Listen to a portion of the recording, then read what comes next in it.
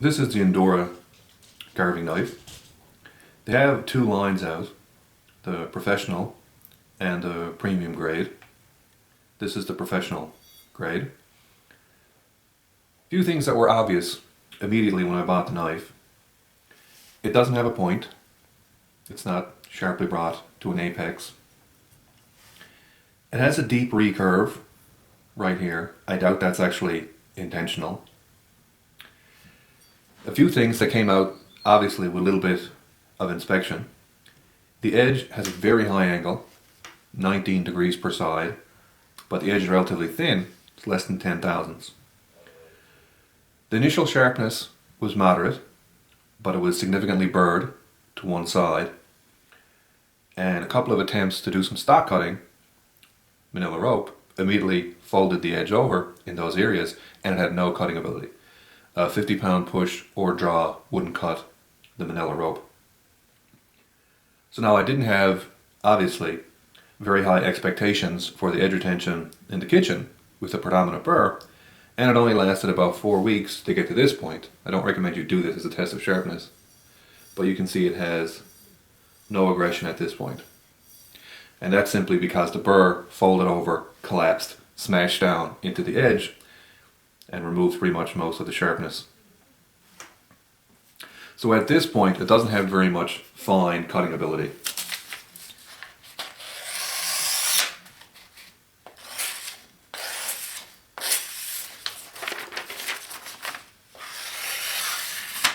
And in order even to slice a piece of paper, you have to go really, really close to where you're holding it, which puts a lot of tension in the paper and holds it very rigid. And you can get a slice and the cut is very jagged. But at this point, of course, it's not working very well on anything like a tomato or green onions, and it's very difficult to cut meats, especially the skin and the fat contact area, and work on fish, because again, very little aggression. Moving on to the general utility, the grip is one of the stronger points of it. It's an integral style construction, so there's no concerns about water or anything getting in under the slab, about fish oils or blood or anything like that, so it's very easy to clean. It's also exceptionally durable, of course, because it's steel, same as the blade. The ergonomics of it are surprisingly good for a knife of this class, and again, these are all very inexpensive knives. This is only like $2.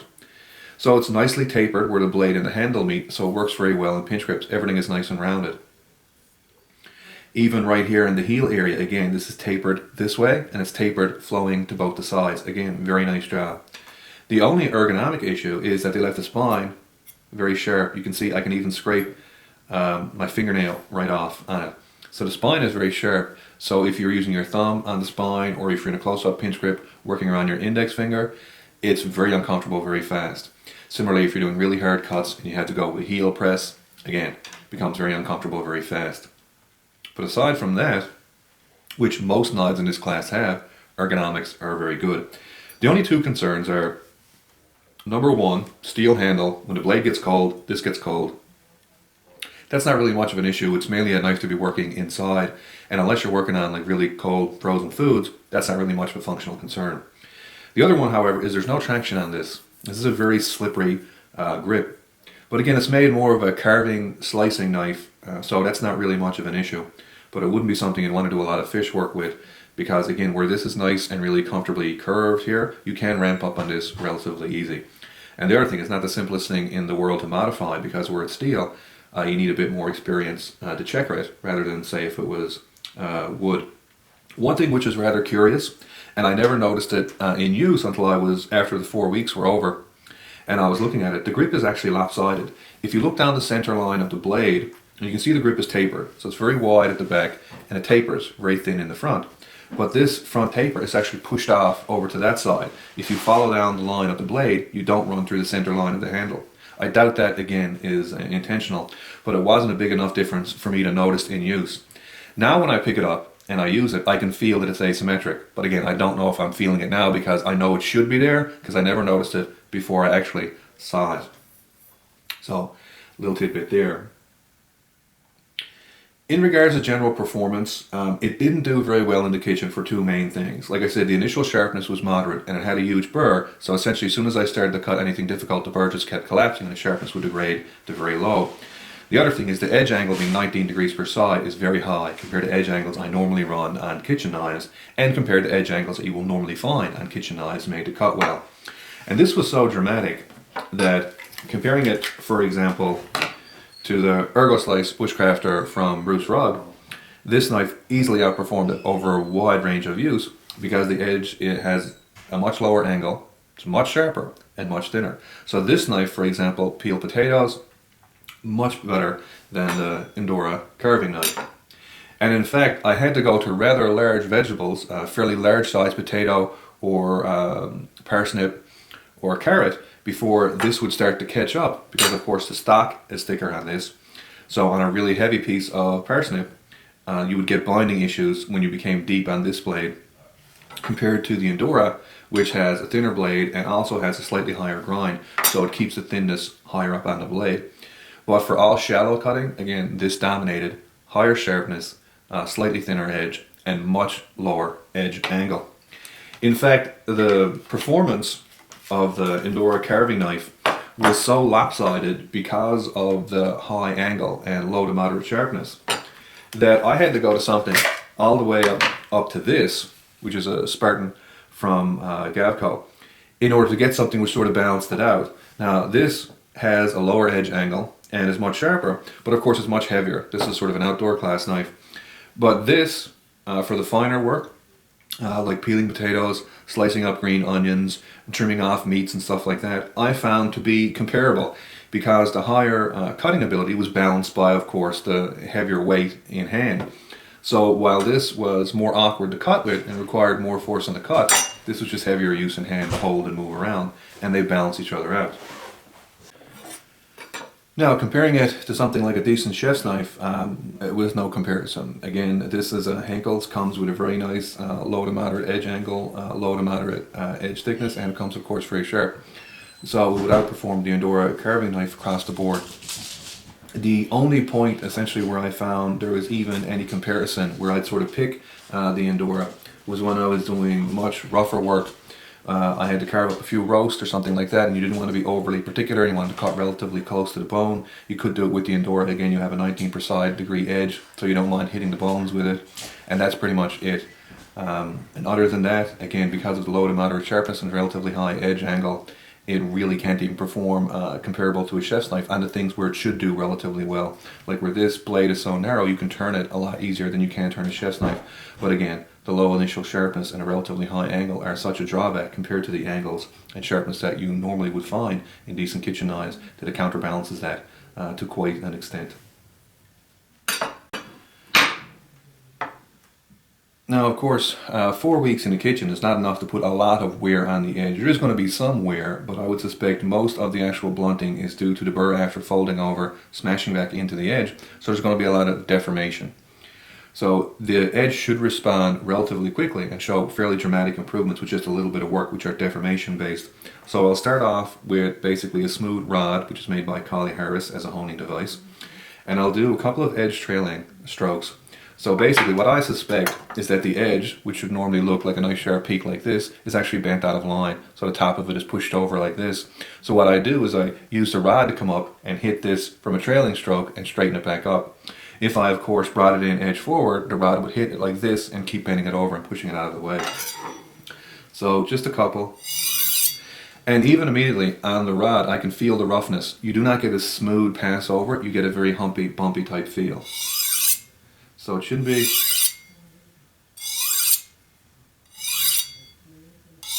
Okay, it's much smoother. And now I'll just focus on the tip. And of course the tip usually gets bent up a lot because that's often what you're cutting into. Okay, just having a visual look at the edge, a lot of the deformation where I was seeing light reflecting is gone now. And you can see just how fast that was. Now, I'm going to go edge into, very lightly, and concentrate by the tip. And you can see very little work.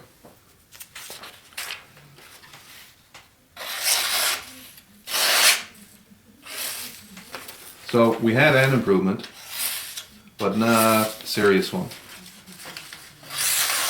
So While we did have some deformation on the edge, which I've cleaned up because it's no longer strongly reflecting light, there is obviously some material that was removed, and I suspect some of that was because when the burr cracked off and smashed into the edge, it probably removed some metal.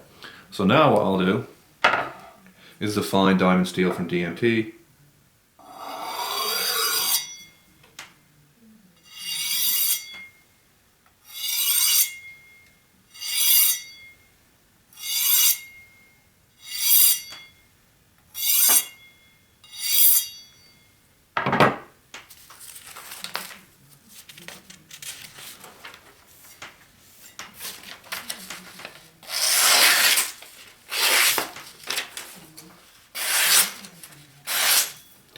And now the cuts are getting smoother, and I can work much further away from where I'm holding it. So at this point now, it will be back to having the aggression where you can again easily cut tomatoes, easily slice up green onions, and go back to work on trimming meats and separating the skin. And of course you would want to do the finger thing that I did earlier. And you can see that's how little it took, a couple passes on a fine DMT rod. It hasn't shown any spotting whatsoever, which is a funny thing to say, but it's often a rather negative sign in terms of the steels, because the higher carbon steels tend to require a more demanding heat treatment to make them stainless. Essentially, you had to use a much higher soak temperature, and you had to use a much faster quench, otherwise the chromium will precipitate out from the steel. But in the very, very low carbon stainless steels, like 420J2, there's not enough carbon there to really tie the chromium up into carbides anyway, so you can have a rather sloppy heat treatment and end up with high corrosion resistance. So that's one of the funny things, which is a bit ironic on steels, because like it's when you have a steel, like when you have a knife like this that's only like a couple of dollars, it's highly unlikely they're going to put a significant amount of money into the heat treatment. A lot of people believe that the reason why a knife like this outperforms a knife like this is due to the hardness. And for some reason which I can't understand, there's all kinds of implications and even arguments from knife makers, manufacturers, and even some relatively experienced users claiming that 1 to 2 points of hardness makes tremendous differences in terms of strength of steel, and it doesn't. Hardness is actually a measure of strength. It's a measure of the strength under compression. That's how they actually measure hardness. They put an indenter on the steel and press into it and see how far it actually indents. That's a measure of compression strength. And the hardness rating, normally quoted in HRC, which is the Rockwell C-scale, is linear in terms of its relationship to other strengths, such as tensile strengths and bending strengths. Again, which it has to be because it's a measure of strength. So the question comes, how come then, if you get a knife like this, or if you jump all the way up to a knife like this, which is the Spyderco Temperance, I mean, these knives run at around 60 Rockwell or so. How come these knives, the really inexpensive ones, these could be anywhere between 45 and 55 Rockwell. How come then such a change in hardness of around 5 points can produce such a rather significant effect? Because you will notice a significant effect with a 5-point change in Rockwell as to how the edge behaves. And here's the thing, it's not actually the hardness that you're seeing. That's where people get a bit confused. Because again, a steel at 55 Rockwell is very strong, and a steel at 60 Rockwell is only 10% harder, which means it's roughly only about 10% stronger. But what you see in terms of differences is much more than 10% when you look at how the edge deforms, breakdowns, or comes apart with something at around 60 Rockwell. It's what's happening. So now, if it's not the hardness, then what's actually creating the difference? So I mean, if you have a knife at around 55 Rockwell, why does the edge roll and turn and dent significantly easier than a knife at 60 Rockwell? Well, the fact is that's not true in all the cases, because it's not the hardness that you're actually seeing that's making the difference. Because again, a knife at 60 Rockwell is only about 10% harder than a knife at 55 Rockwell, which means the strength is only about 10% more. But see, the very edge of a knife has very different properties than the actual bulk thickness of the knife. So if you actually take this knife and try to bend or flex it, it's relatively stiff. It's very, very hard to bend. And to get to that point where it actually starts to fail, you wouldn't significantly say it's a lot different. And it isn't. Again, it's only about 10%, assuming this is around 55 Rockwell. But the edge is only about a micron wide when it's sharpened. And here's the reason why the knife with commonly lower hardnesses has relatively different behavior at the edge. Because see, the steel that's in the blade consists of 3 things. One is the martensite. That's what everybody talks about when they're referring to the steel. They're talking about the martensite. That's the bulk part of the blade, is martensite. The other part is the carbides. It's very similar to concrete. When you make concrete, it's a cement and water, which actually makes the binder, and then you have the stone, the rock. Well, the stone or rock is like the carbides in this. So again, you have the martensite and you have the carbides, but you have something else. That's the non-martensite phases. That's retained austenite, that's ferrite, that's pearlite, that's bainite. They're all really soft. They're that soft and they're that weak, they can't even be measured on the HRC or the Rockwell C scale. And what happens is when those little phases that are very soft hit the edge, they of course collapse immediately. They get smashed in, they just get bent to the side. And in these softer knives, up to 25% of them can be those non-martensite phases. So when you have a knife like this, which is about 60 Rockwell, generally what's after happening is you're after reducing those non-martensite phases to a very small amount, 5 or 10%. So that's the reason why the generally cheaper and softer knives have that relatively dramatic edge failure compared to, again, the harder knives. It's not because of the hardness specifically, it's because of the heat treatment that's used. Because the interesting thing is, you can also take a steel and you can harden it to that 55 Rockwell and make it behave as 100% martensite or relatively close to it. And it could even behave stronger at the edge than a steel at 60 Rockwell, which had a higher percentage of non-martensite phases. But again, the point that I'm trying to make is, it's not the hardness. Hardness has a very small effect because most knives are relatively of a very similar hardness. And the difference in hardness between a knife and what you're cutting is very large, even if you use a relatively inexpensive one. The main difference that you're seeing when you're comparing these knives, which are very hard, to knives which are very soft, is generally the softer knives have a very poor heat treatment, so the microstructure is very different. They have a lot of non-martensite phases, retained austenite, pearlite, bainite, which are very soft and relatively weak, and those little pieces collapse in the edge and get dented and deformed and tear out. So what you need to look for is a very high quality microstructure, not a very high quality hardness, because you can get a very high quality microstructure at any range of hardness. And you can also get very poor microstructure at any range of hardness. So just because you have something 60 to 62 Rockwell doesn't mean you have good microstructure. And that's one of the reasons why you can often see people take a blade like LMAX, which there's a number of reports of problems now, and the edge collapses. But yet when they do hardness testings on them, they'll often come out to 59, 60 Rockwell. Why? Because the hardness alone is not the issue. The edge is having problems because of the microstructure, because of the non-martensite phases, or it could be because the os grain is after blowing up, could be because it's micro-cracked, could be because of precipitates and brittlements during the quenching. Lots of things. But again, don't get too blindsided with hardness. As an update, I've done a few modifications. I've fully rounded out the spine. I've taken out a large amount of the recurve in this area, which was non-functional, and added a very, very slight sharpening notch. I was going to keep the edge at the original as boxed angle when I ran into a problem. Most of the edge was around 19 degrees per side. However, parts of it, especially down in this area, ramped up to over 30 degrees per side. And I think that's probably why it's starting to make a bit more sense that I had the difficulties that I had, because of course when you're peeling, you're down around in this area here, obviously not up here. And that's one of the problems that I had with angle of attack, because of course you can't cut any shallower than the edge angle. So if the edge angle is up to around 30 degrees per side, that means the angle of the knife to the material has to be higher than that just to allow the edge to bite in. One of the more significant problems though was when I did start to sharpen it, I was going to plane it back down to a uniform 15 degrees per side. You can see the bevel widens out in this area dramatically, just in this area right here, and it's almost twice as wide as it is everywhere else. That's because the actual whole blade warps in this area and deflects over to the other side, and it was very subtle and I really couldn't see it until I started sharpening it and noticed that I was grinding way up on the edge, which struck me as kind of funny. And there's only a couple of reasons for that. Either one, the primary grind itself is uneven, or the blade is pushed over. And sure enough, when I started very carefully looking at straight down into the edge, I could see that it was actually warped. So that's going to cause a lot of frustration for a number of people when they start sharpening, because you simply won't hit the edge in this entire region, which is over 2 inches long, until you actually grind it all straight and straighten that warp out in the blade. I made a further modification to the knife. You can see a rather large notch was put in right here. I was having some issues with the recurve and the steel in this area. So I carved this out basically just to make a sharpening notch or reference point for when I was grinding. I've done one edge retention trial on cardboard. The initial sharpness was rather low, it was less than 20% of optimal, and the edge retention was pretty much non-existent. That wasn't overly too surprising.